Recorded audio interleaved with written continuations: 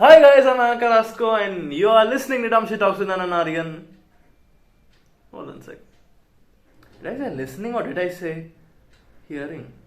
Or did I say watching? I swear Aryan and Rupert have given me such anxiety over this. Well, if you do notice that I say listening at the start of the video, please mention it in the comments because I'll be owing the both of them, Aryan and Rupert, $10 each. I know it sucks. Anyway, you are watching Dumb Shit Talks with Ananarian. I'm Anka Rasko and as you can see, I am all alone. There's a freaking pandemic outside. What did you think we're gonna do? We ain't taking chances. But one second. Didn't Rupert tell me that he specifically said that he had told you guys that we'll be doing solo videos from now on in the last two videos? So chances of you wondering why I'm all alone, you haven't watched that. And if you didn't, there's a link in the description box below. Please check them out. Don't forget to like, share and subscribe because we really need to hit 100 subscribers as soon as possible for your guys' benefit because we'll be doing a giveaway.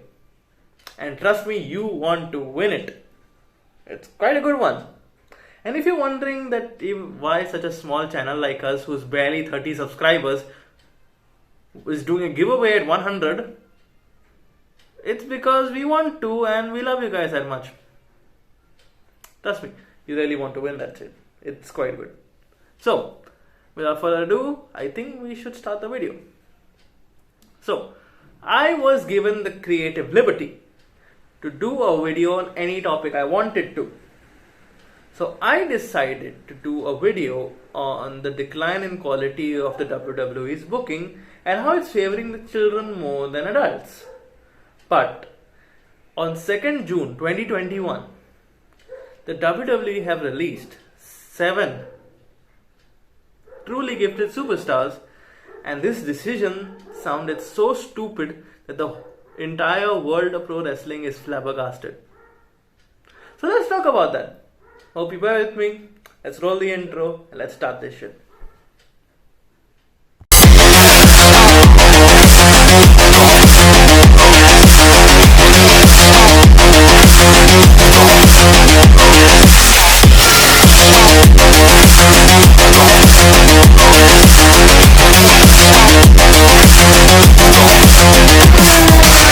So, the releases were Santana Garrett, Bryan Danielson, Daniel Bryan, Heidi Lovelace, Ruby Riott, CJ Perry, Lana, Tommy and Aleister Black, Adam Shear, Braun Strowman, and Buddy Murphy, Matthew Adams.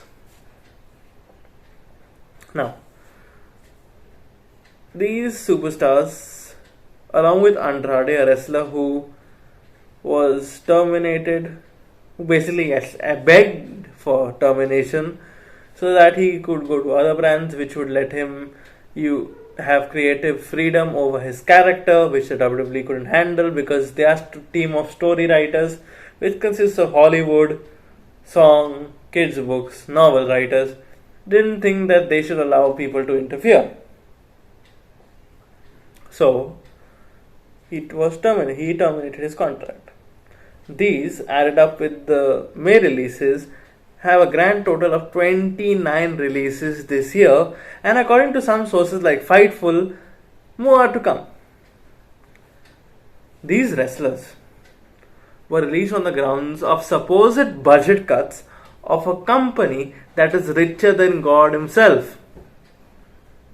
I mean, this company is that rich that they can pay their entire staff their monthly salary on a daily basis per day and still have enough money to run their business 2042 without a drop of income from fans. But still, like the Archangel Michael from the show Lucifer, Tom Ellis, I'm a big fan, he was able to convince Vince, get it, alliteration, I'm looking at that. So he was able to convince Vince that there was an error in his ways. And the error being that they could earn more money by cutting ties with the wrestlers who let me put this straight. In his mind, shouldn't and couldn't be used to their absolute best potential. Let me say it. In his mind.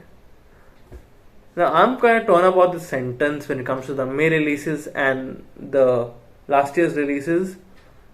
But when it comes to the June release, this sentence is a blatant lie, borderlining disrespect. These are some of the most sought after talent in the world. Take for example Tommy End, Aleister Black.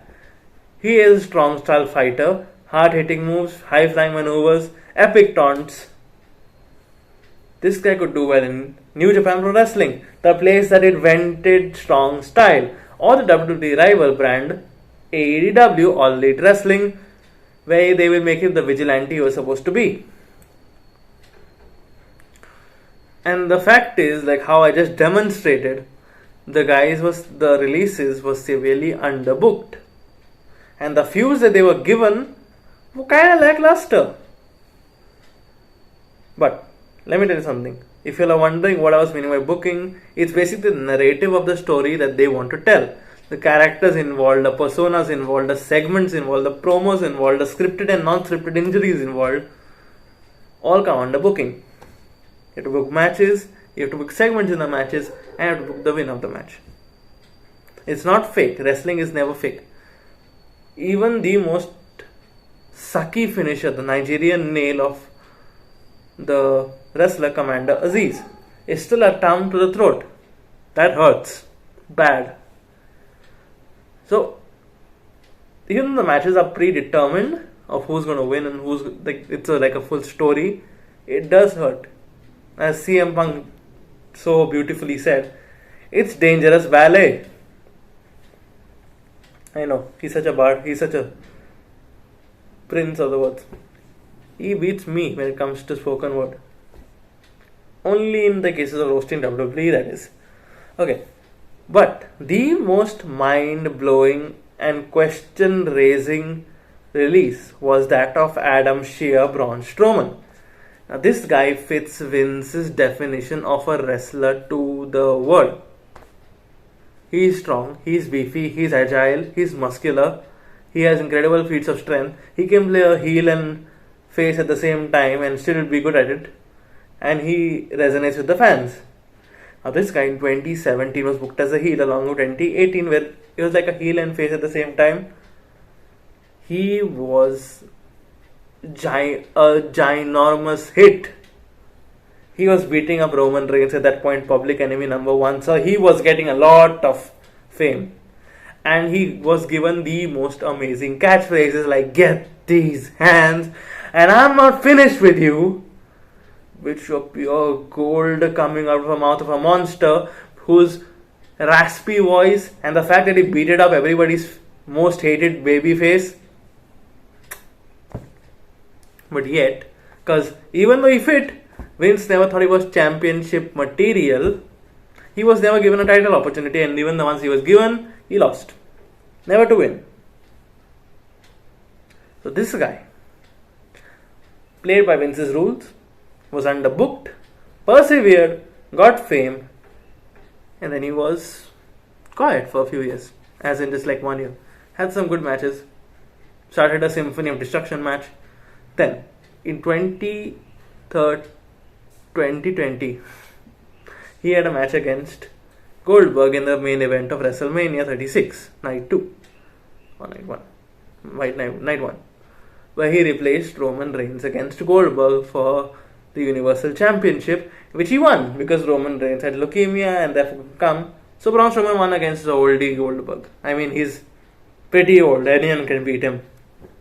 Apparently, the Fiend can't. He kind of squashes everybody.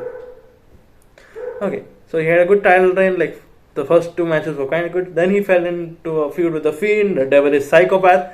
He had a good match with him. He had another good match with him. Like, okay. Then he had one of the worst matches in WWE history, that being a swamp fight, in which both of them fought in the swamp. And this is the reason people hated. Both the wrestlers drowned. Let me rephrase that. Both the wrestlers were submerged underwater and drowned. Are you kidding me? Now, this guy is known for having and doing great feats of strength. He has tipped over an ambulance. He has tipped over a semi-truck. He has brought down a 40-foot steel structure holding the Titanatron. All these videos are available on YouTube. Check it out if you don't believe me. Search Braun Strowman feats of strength. He has broken a ladder with his bare fists. This guy underbooked main event of WrestleMania because they wanted to push him and Roman Reigns was unavailable. WrestleMania 37, he faced Shane McMahon in a steel cage match, and it was basically like a telltale of people calling people stupid, and you should not call them stupid. Very heartwarming match, but still very good actually. 30s WrestleMania Backlash, the next pay-per-view, 2 weeks later, he's put in a championship opportunity against Bobby Lashley and Drew McIntyre. Bobby Lashley the champion, after the WWE champion, and he lost. 2 weeks go by, he's done nothing. Nick Khan releases him. Are you kidding me? This is completely unfair. I'm not surprised that people aren't protesting in the streets at this point. The guy did everything. He did it good. He wasn't rewarded. Finally got rewarded. And then he was just terminated. Like, what the hell? Anyways, I think I should cut down on my rant because it is getting kind of long. And I made it explicitly clear you want shorter videos. So I'm obliged on that. So I think I should end off by one more thing. And I think we can further discuss once like Rupit and I'll come back. And I really want to discuss with them. That's the fact is WWE is trying to strike a major deal with New Japan Pro Wrestling.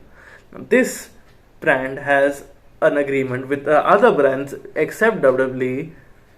I like to call them the system.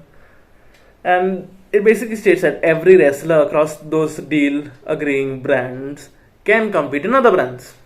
For example, that's how actually Kenny Omega from AEW has every major championship except the AAA Mega Championship.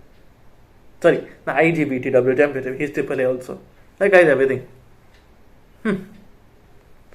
So, people are either of two sides. One, that Vince is trying to sell the company and is trying to eliminate superstars with large paychecks, so it seems appealing to investors. Or he's trying to gain access to every superstar under the world and doesn't have to pay them exactly what they are getting paid by the brand, and they don't have to use that much of money. So, along with telling me if I said listening or watching so that I have to pay these guys 10 rupees, tell me also on which side you are. Take over the world or sell it because for free real estate. So that's me. Hope you liked today's video. Like, share, subscribe.